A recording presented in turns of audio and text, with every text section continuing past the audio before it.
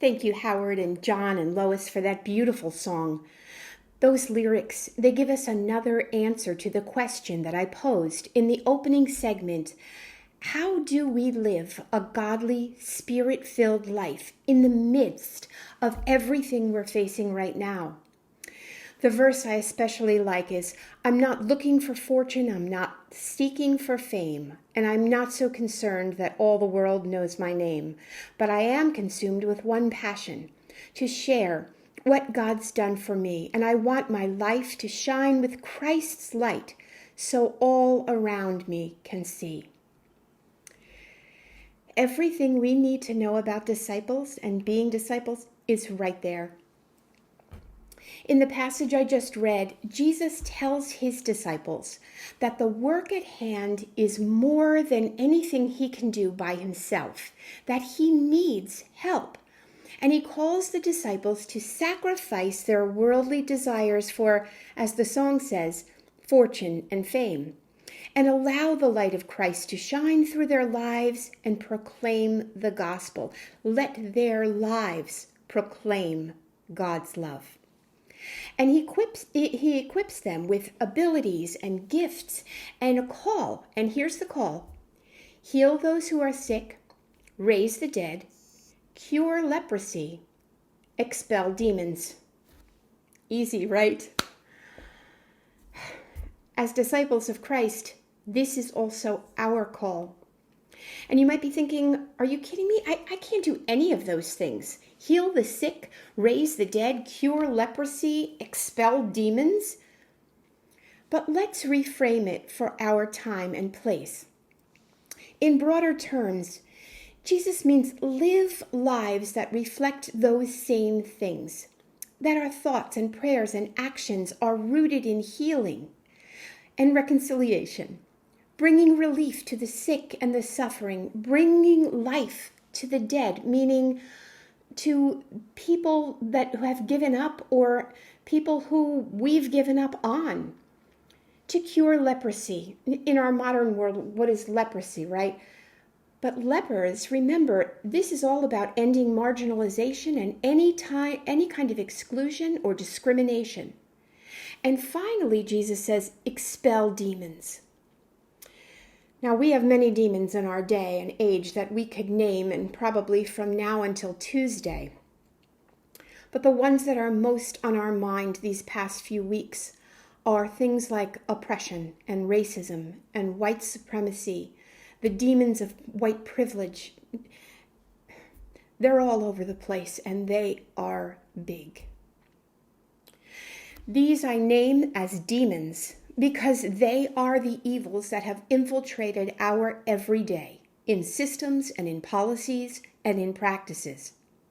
They're also so pervasive that we have been socialized to believe that they don't even exist. It's why each time something happens, like the murder of George Floyd, we feel anew the shock and horror. Each time it reminds us that these demons need to be expelled. And we've just learned that Jesus has given us the power to do it. So we know our call. Many have been active in that call the past few weeks. And let me say, as a pastor, I could not be prouder of each of you who have stepped up into some form of activism and anti-racist work.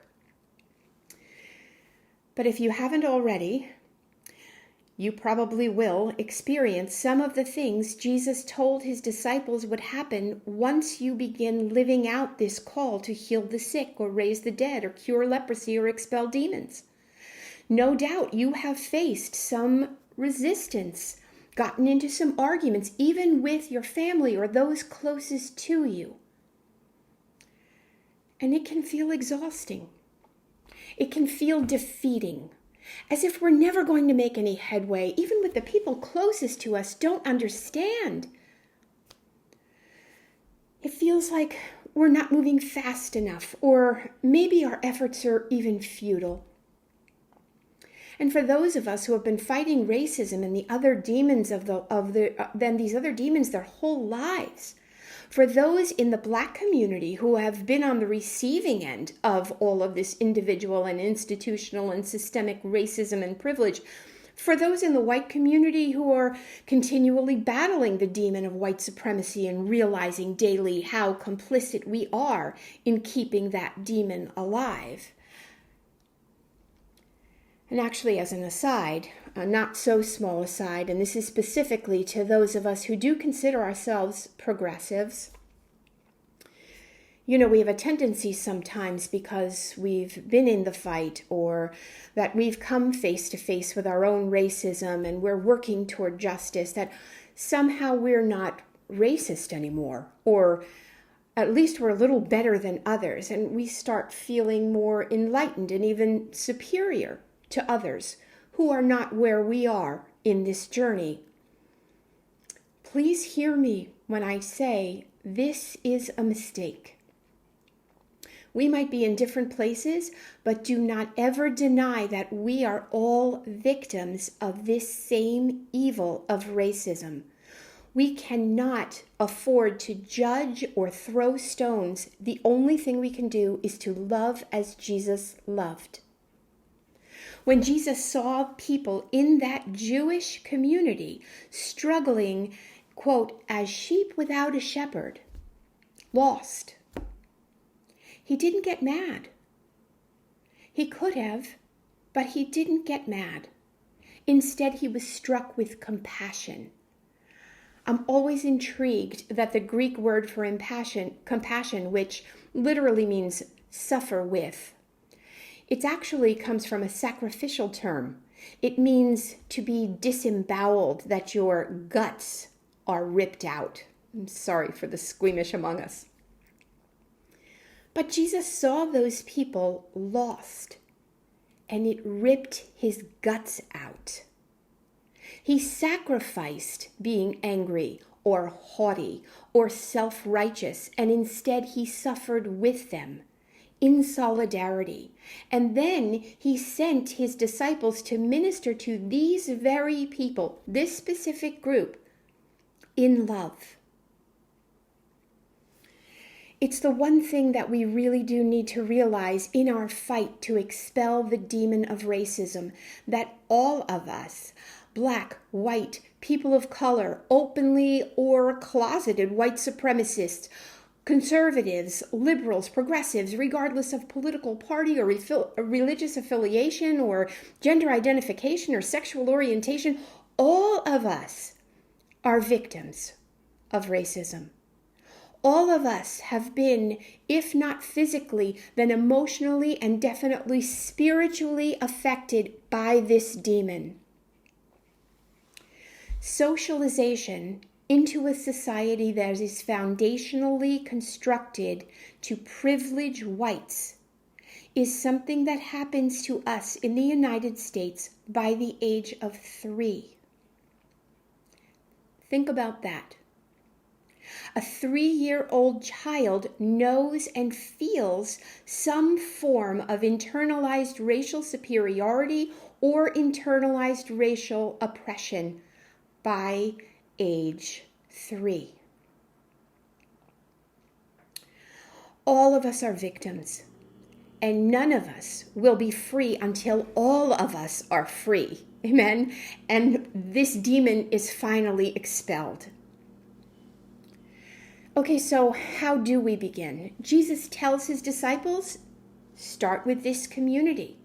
Start with the traumatized and the hurting around you. Start with people that look just like you, that think like you, or that are in your economic bracket or are in your neighborhood. Start where you are. And some of the people you come across will get it, but some won't. And don't get bogged down by those who can't hear what you're saying or refuse to receive the love you're giving. In other words, if you feel like you're banging your head against the wall with somebody, stop. Shake the dust from your feet, says Jesus. In other words, let them go. In love, of course, but let them go and move on. Does it mean that by moving on we failed in some way? No. It means that each of us have so many heartbeats on this earth. And my God, there is so much work to do. There is so much healing that needs to happen. We need to go where God is leading us and let God take care for those that we can't reach. Now, knowing and coming to grips with the fact that we won't be able to get through to everybody is worth mentioning for other reasons as well. This work that we've been called to in itself is so large and it's so layered that working at it day after day after day and not seeing results can lead to feelings of frustration and failure in us. We want to see change now. We want instant gratification for our activism, and we want to see the results of our hard work. I would encourage you, sit down with someone who has been in this fight for a long time. Have a talk with Laureen and Chuck. Check in with Ron. Call Van or Johnny K. or any of the others in our community of faith, or actually right in your own neighborhood who have been in this work for a long time, who have been in this work for probably as long as they can remember. Racism was here long before we were born, and sadly it will probably be here long after we're gone from this earth. And that is not being fatalistic. It's being aware of the enormity of the evil. We are here and we are called to this work for such a time as this, yes. We are called to be aware and we are called to work against the horrors of evil, yes. And we are also called to be aware of and live in and embrace the beauty of God's world around us and in us and in each person God has put on this earth. And I'm not taking anything away from the fight. It is important. It is crucial. What I'm doing is adding to our call. I'm reminding us that our lives need to mirror or reflect the life of Jesus. Jesus worked for justice. Yes, he did. And he also pointed out to people the beauty and harmony and life-giving joy of just being alive. His life was lived in and with balance.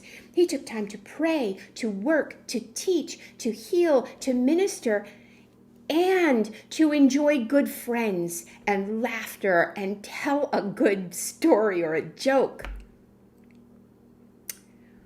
We can't take on this work or any work solely pointing out the things in the world that need healing. God has provided for us to live in and with creation and to enjoy all that we've been given. Living in love and ministering in love also means being a reflection of God's goodness and kindness and peace and joy. That the love of Jesus shines through our life means that people can see that joy, can feel that peace when they are with us, can learn of our gratefulness to God and of God's grace just by watching us. And I know the work is so big and the evil is so dark that it can threaten to steal your joy. It can take it away. It could bring on anger and exhaustion and depression. But my friends, we need to be as intentional about seeking out the good as we are about pointing out the evil. Looking for God and signs of God and then naming God and then giving thanks to God and allowing ourselves to enjoy the gifts of God. They are all around us. Enjoying the abundance of life that God has given us while working for justice brings us to a place of holy reverence, spiritual balance, and it helps us to understand what it is we're working for. What are we working toward? It gives us a glimpse in that joy and peace of what could be. It's where our hope comes from. It's how we point others toward that same hope. It is what strengthens our faith and gives us rest and brings about renewal and energy to get back out there and keep on working. My prayer for us this week and every week is that we can, in the midst of this great call to heal the sick and raise the dead and cure leprosy and expel demons, that we can also be just as intentional about noticing those gifts of God that are so abundantly bestowed on us, that bring joy and life and peace, and to let our lives shine with Christ's life and light in the midst. May God bless you this morning.